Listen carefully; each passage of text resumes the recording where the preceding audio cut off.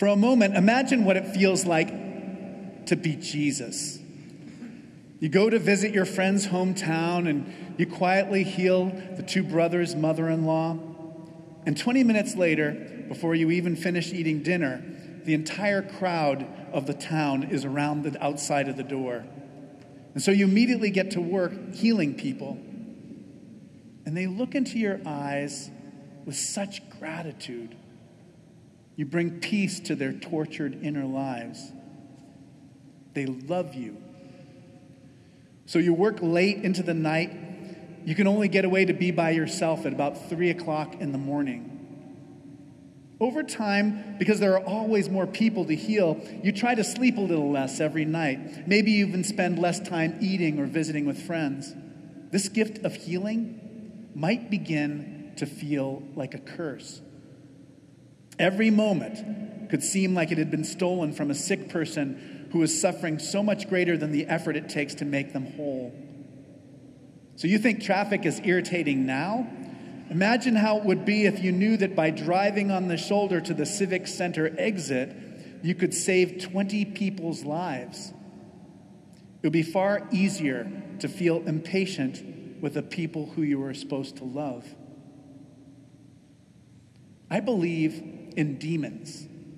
Even the greatest, holiest gift imaginable would raise up demons for me because I'm not completely centered in God. Although we believe in Jesus, the language of demon possession is even more foreign to most of us than the Greek of the New Testament. No one in our ordinary life talks much about demons. Usually, we use the language of science for experiences that people used to call demonic in other generations. But sometimes we need this vocabulary. I am very grateful that we have trained psychiatrists, scientific professionals, those who have experience with a broad range of psychological problems. They've helped me in so many countless ways. But I don't think that Christians can dispense with the language of demon possession. There is something mysterious, unknown, and unexplainable at the heart of our inner life. We shouldn't dismiss demons as merely a primitive, pre-scientific understanding of mental illness. So today I'm going to talk very briefly in the first section about two different worldviews, and then go on to talk a little bit more about what it might mean to think about the world as animated by demons. So the first is the modern scientific picture, and it's the one that we're most comfortable with. Like the demonic picture, it teaches us that there are unseen realities that influence our health. It refers to bacteria, brain chemistry, the glandular system, and genetics to explain disease. Like Jesus, it teaches that our suffering is not the result of sin, but a scientific view also does not have much room for grace, for unexpected help from God. In the past, the scientific worldview has not carefully studied the effects of our spiritual state on our physical well-being. If viruses or misfiring neurons cause bad health, it doesn't make much sense to examine whether a person has given themselves over to despair or hopelessness. The old scientific picture also made such a strong distinction between the physical world and the mental world. As a result, it had a hard time understanding the health effect of our inner life. The modern world, the modern picture, also implies an idea of what it means to be normal. It presumes that illness only afflicts a small number of us at any time, and the rest of us are so-called normal. According to this understanding, there's no such thing as sin, which afflicts everyone. There's only the dividing line between the healthy majority and the tiny minority of people whom the doctors are trying to fix. This picture also has a pretty hard time with evil. Modern thinkers understand the way that out of self-interest people harm others, but real evil makes no sense in this system at all. Now, some of you might remember I preached on the anniversary of John Lennon's song, Imagine. Do you remember that when I did that? I sang a little, imagine there's no heaven. It's easy if you can. No hell below us. No heaven above us. Only sky. Imagine all the people living for the day. You remember that? Or perhaps you've been in an argument with someone who tells you that they can't believe in religion because it causes so many wars. Those two kind of worldviews, those two kind of statements, they sum up a picture of life that is surprised by politics, conflict, and war. One thing I appreciate about the demonic picture is that it reminds us that we cannot even be at peace with ourselves. So as I said earlier, in medical emergencies for eating disorders, addictions, mental illness, I depend on experts who rely on the scientific method. But at the same time, I've already begun to allude to some of the problems with looking at the world only in this way. I often have thought about someday writing a book called I'm Not Okay, You're Not Okay. It would be about just like how we're just tangled up in sin and misunderstanding. There's one advantage of the demonic picture. In it, there's no such thing as a normal person. Demons afflict all people, but at varying levels of intensity and at different times in our lives. This view also holds that often we cannot understand why we experience healing. It helps us to accept that feeling of freedom and of relief that comes from beyond us, that comes from God. So the first part of that sermon talks about the possibility that you too might believe in the demonic in some way. Not so much in extreme situations when you should be consulting a psychiatrist, but in more ordinary moments as you try to make sense of the world. The second part of the sermon is going to help you to recognize demons. For me, the demonic distorts or destroys the image of God in you or in another person. These are the voices that tell us to perceive ourselves or others as something less than God's children.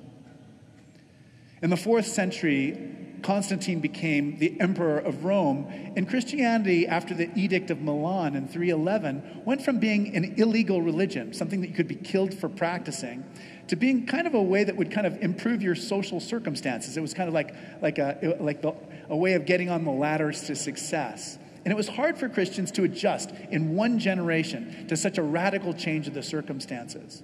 And so there were many Christians who went out into the desert and they formed Christian monasticism. They invented Christian monasticism. And they were known as ascetics. They were known as spiritual athletes, and they struggled with demons. They believed, the fathers, desert fathers and mothers, believed that demons act through our thoughts to arouse emotions that draw us away from the love of God. So solitude for them helped them to identify these demons.